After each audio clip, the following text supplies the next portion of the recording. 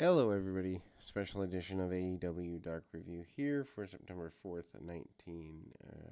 2021. My birthday yesterday, coming home to a completely unneeded episode of Dark just because we're trying to be nice to everyone and get them on pay-per-view weekend. Not exactly the best of things. Anyway, 2.0 with Daniel Garcia defeats Rosalo Grillo and Hunter Knott. Short match.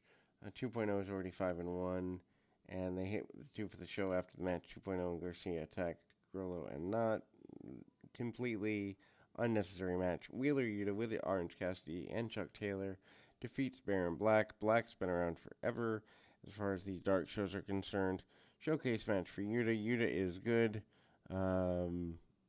This is decent enough. Yuta wins with the seatbelt, which is a small package variation. Yuta single record is 6-7 ahead of the 10-man tag match for the buy-in free show tomorrow. Why do we need a 10-man tag match? Oh yeah, because this is Everyone Plays Wrestling and no one can be left off the show. Julia Hart with Varsity Blondes defeat Heather Reckless. Not a bad match for Hart. She seems to injure her right knee during the final moments of the match, however, which isn't particularly a good thing. Picks up the win. Her record is 6-8.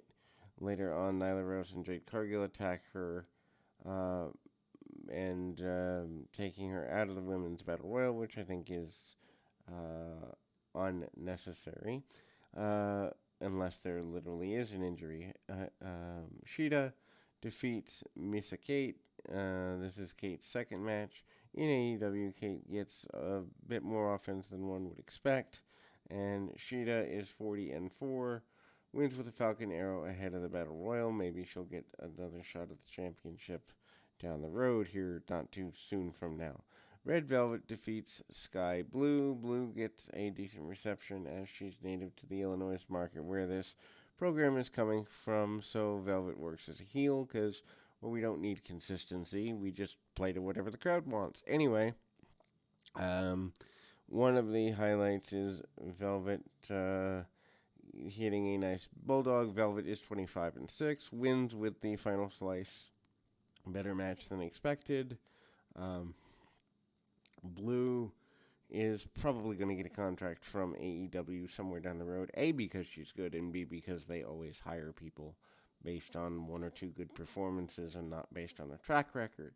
Anyway, she's got potential, and Tony Khan comes out and offers her a spot in the Battle Royal, which of course she'd be a fool not to accept.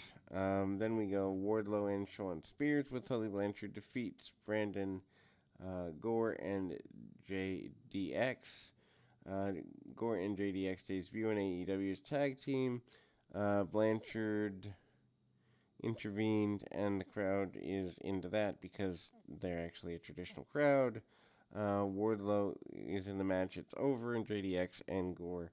Wardlow hits the casualty of war, and that's that. Dark Order, John Silver and 10 with Alan Angels defeats Zachariah and Ren Jones.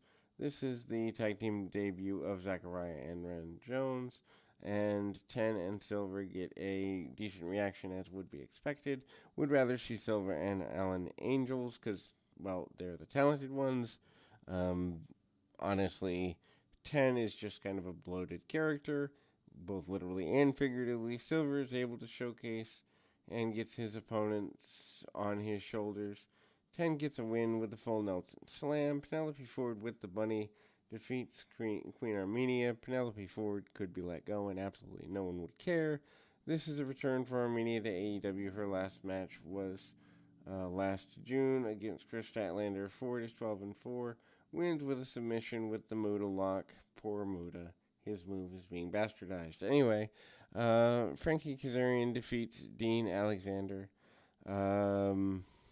Alexander is showing some promise, being a relatively young rookie here. Kazarian, 25-4, wins the match by submission with the chicken wing in relatively quick order. Jade Cargill, probably one of the standouts for the Women's Battle Royal with Mark Sterling, defeats Blair Onyx. This is Onyx's third match in AEW. Complete squash. Jade is 12-0, leading into the Battle Royal.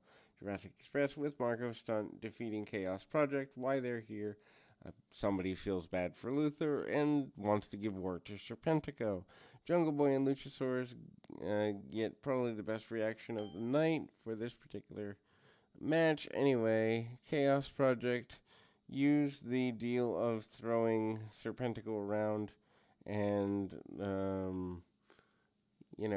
basically Jurassic Express 11-3 wins with the Jurassic Express post-match. Punk comes out to celebrate, and they have the crowd singing the Golden Girls theme, which doesn't make sense. Anyway, Punk also cuts a promo and teased a match with Jungle Boy happening at some point in the maybe distant, but not too distant future. Anyway, we'll close with that. We'll be back with more right after this.